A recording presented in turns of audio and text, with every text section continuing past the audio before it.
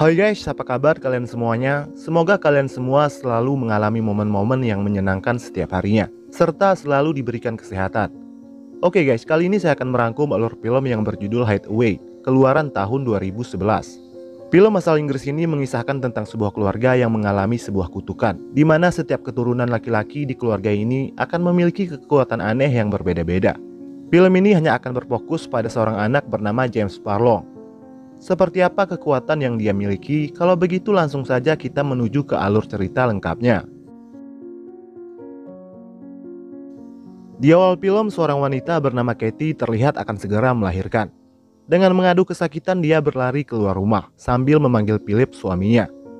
Malangnya dia terjatuh, dan tiba-tiba semua rumput yang ada di sekitarnya seketika layu dan mati.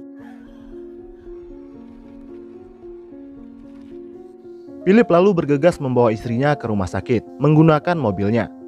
Diketahui setiap keturunan laki-laki di keluarga Philip akan mengalami kutukan aneh. Charlie, kakek Philip, akan mengalami kebutaan selama 30 menit ketika dia memikirkan hal-hal yang berbau mesum.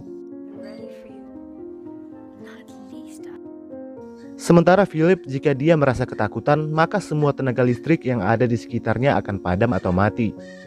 Kembali ke Philip. Melihat keadaan istrinya yang meraung kesakitan serta mengeluarkan banyak darah, dia pun gagal mengawal rasa takutnya. Ketakutannya itu seketika membuat mesin mobilnya tiba-tiba mati. Philip gagal membawa istrinya ke rumah sakit tepat waktu. Akibatnya Katie pun tewas, tepat setelah dia melahirkan di dalam mobil itu. Bayi yang belum sempat dia lihat tapi sudah dia siapkan namanya. Jika laki-laki maka namanya adalah James. Philip sangat membenci James, yang dia anggap sebagai penyebab kematian istrinya. Apalagi James adalah laki-laki yang sudah pasti akan memiliki kutukan. 10 tahun kemudian James juga kehilangan kakeknya Charlie yang meninggal karena kecelakaan mobil akibat kebutaan 30 menit yang dia alami. Nenek pun mulai cemas kalau James mungkin akan bernasib sama seperti suami dan anaknya. Maka dari itu dia pun memutuskan untuk pindah dan menyekolahkan James di rumah agar dia tetap bisa memantaunya. Nenek lalu memperingatkan James akan riwayat kutukan yang diterima oleh keluarganya.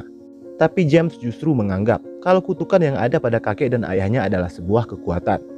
Dengan sengaja dia mencari tahu kekuatan apa yang dia miliki. Keesokan harinya James pergi ke peternakan untuk mencari tahu apakah dia memiliki kemampuan untuk bisa terbang seperti Superman. Tapi dia malah terjatuh dari sepeda. Kemudian James kembali ke rumah dalam keadaan terluka. Dia kemudian memberitahu ayahnya tentang kejadian aneh yang terjadi kepada sapi-sapi di luar. Mendengar itu, Philip lalu bergegas keluar dan menemukan semua sapi-sapi miliknya mati. Begitu juga dengan rumput yang ada di sekitar sapi-sapi itu. Dan inilah kutukan yang ada pada James. Ketika tubuhnya terluka, maka semua makhluk hidup yang ada di sekitarnya akan mati. Tapi Philip tidak percaya dengan kemampuan anaknya itu. Dia justru menuduh kalau James sengaja meracuni hewan ternaknya. Karena emosi, Philip lalu memukul James hingga tanpa sengaja membuatnya terluka. Lalu tiba-tiba Philip muntah darah dan akhirnya tewas. Rumput yang ada di sekitarnya juga ikut mati.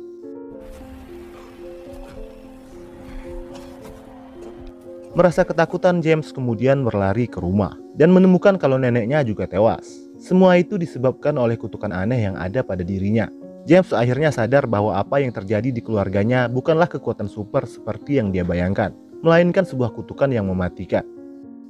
Karena tinggal sebatang kara, James lalu dibawa ke panti asuhan. Sesampainya di sana, dia dihampiri oleh anjing yang seakan tahu dengan kemampuan yang dia miliki.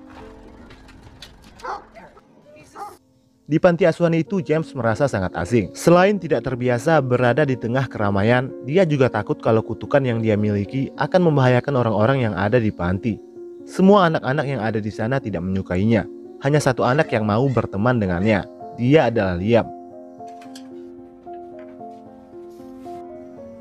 Malam harinya James kembali dikebuli. Mereka membuang makanan miliknya ke bawah. Dengan hati-hati James turun dan mengambil makanan itu. Malangnya dia diburu oleh anjing hingga ke hutan. Keesokan paginya guru mengumumkan kalau anjing penjaga panti tersebut ditemukan tewas. Guru lalu menuduh Ronnie yang melakukannya. Karena selama ini dialah yang selalu membuat onar di panti itu. Mendapat hukuman dari guru membuat Ronnie menjadi geram. Dia menganggap kalau James lah yang telah menyebabkan anjing itu mati. Lalu Ronnie memukulnya hingga mengalami luka. Dan tiba-tiba semua anak di sekitar James mengalami muntah darah. Liam lalu bergegas lari menuju keluar.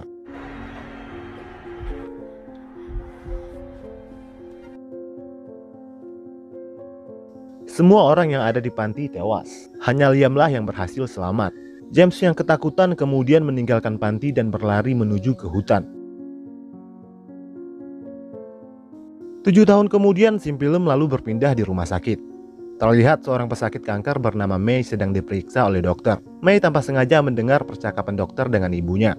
Dokter mengatakan kalau hidup May mungkin tidak akan lama lagi. Mendengar itu, May pun sedih. Lalu dia meninggalkan rumah sakit itu secara diam-diam.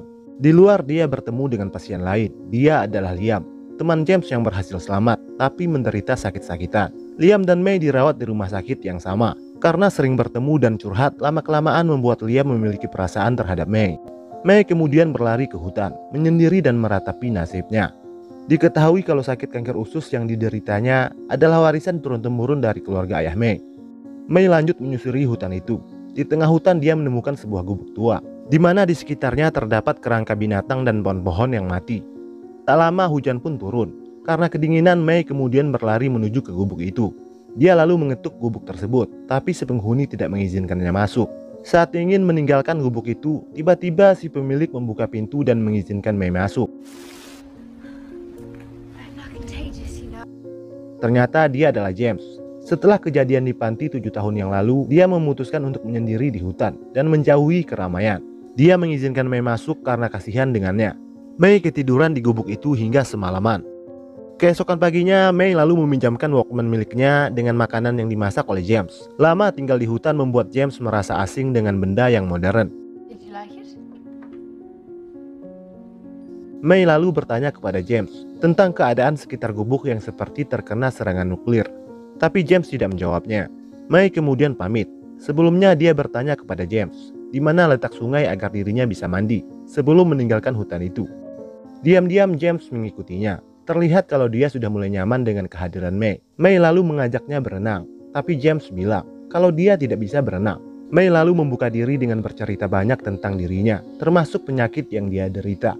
Tapi sebaliknya, James masih belum berani bercerita tentang kutukan yang dia miliki. Lalu May pergi. Satu hari yang berkesan itu membuat James kembali merasa kesepian.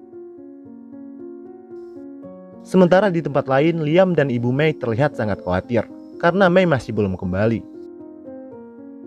Lalu James kembali ke gubuknya dan menemukan Walkman milik May tertinggal. Lalu dia bergegas mengejar May untuk mengembalikannya.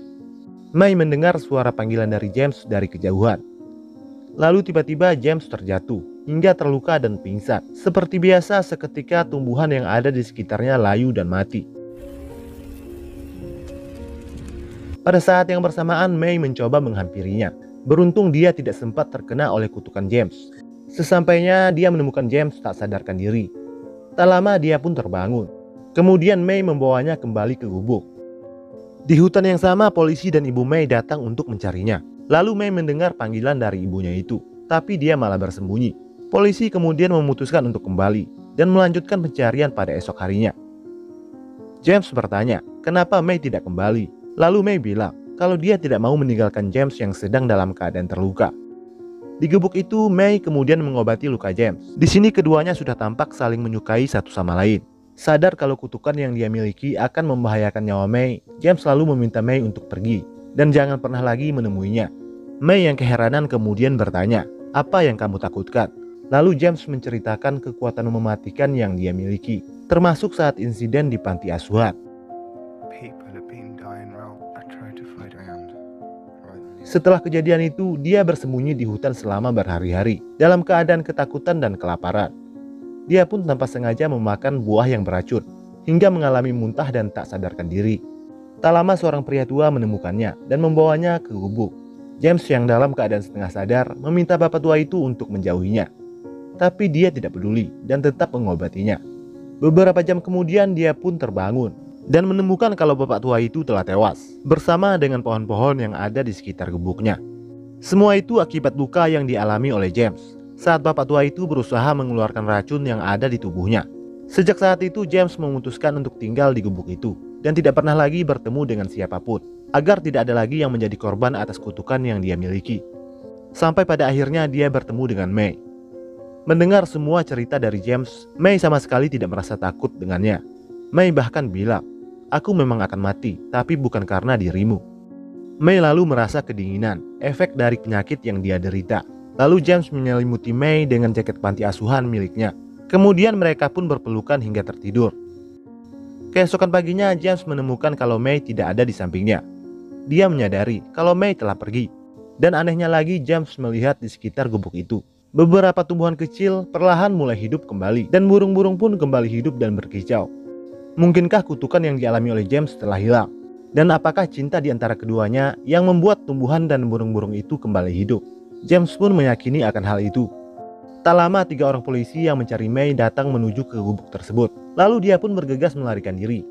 Beruntung polisi tersebut tidak bisa menangkapnya. Di sisi lain, May telah kembali ke rumah sakit dan menjalani pengobatan seperti biasanya. James kembali ke gubuknya. Dia tidak bisa menyembunyikan kesedihan dan kesepiannya atas kepergian May, cinta pertama dalam hidupnya.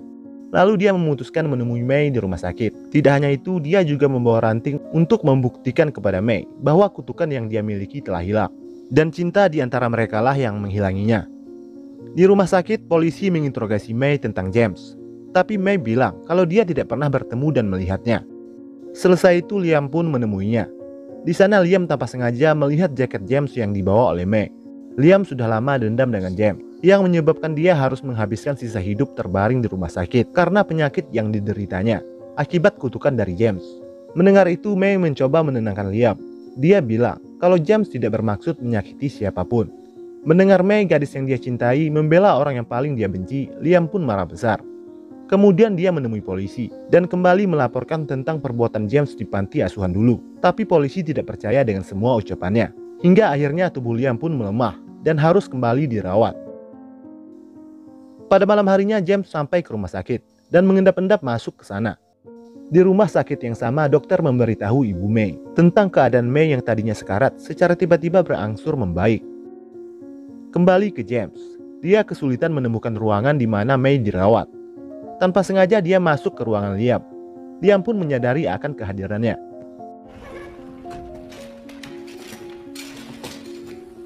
Dalam keadaan tubuh yang lemah, Liam mencoba untuk mencari dan menyerang James. James akhirnya masuk ke ruangan May. Mereka pun berpelukan. Lalu dia mengeluarkan ranting itu untuk membuktikan apakah kutukannya telah hilang. Keduanya lalu bermantap-mantap untuk yang pertama dan mungkin yang terakhir kalinya. Selesai itu, Liam secara sengaja menghidupkan alarm kebakaran, hingga membuat si isi rumah sakit menjadi panik. May lalu membawa James keluar dengan menyamar sebagai pasien. Tiba-tiba James mengalami panik yang luar biasa. Anehnya, kepanikan yang dialaminya itu justru membuat semua pasien yang ada di rumah sakit itu menjadi sembuh seketika, termasuk dengan May dan Liam. Kemudian tanpa sengaja Liam dan James berpapasan. Kedua mantan sahabat itu pun saling mengenali satu sama lain. Melihat itu, James pun bergegas lari menuju ke hutan, disusul oleh Liam dengan membawa sebuah gunting. Liam meminta agar James menjauhi May. Kemudian dia menyerangnya hingga terluka. Di waktu yang sama, May mencarinya. Lalu tiba-tiba tumbuhan yang ada di sekitar James seketika layu dan mati. Liam pun buru-buru meninggalkan tempat itu. James kembali sadar bahwa kutukan yang ada padanya masih belum hilang. May pun tiba. Saat ingin menghampirinya, James pun lari dan sengaja menjatuhkan dirinya ke sungai. Lalu May pun terjun ke sungai itu untuk menyelamatkan James. James yang terluka parah akibat ditusuk oleh Liam, ditambah dia tidak bisa berenang. Pada akhirnya dia pun tewas. May terlambat menyelamatkannya. Kematian James membuat tumbuhan yang tadinya mati akibat kutukan darinya seketika kembali hidup dan bernyawa.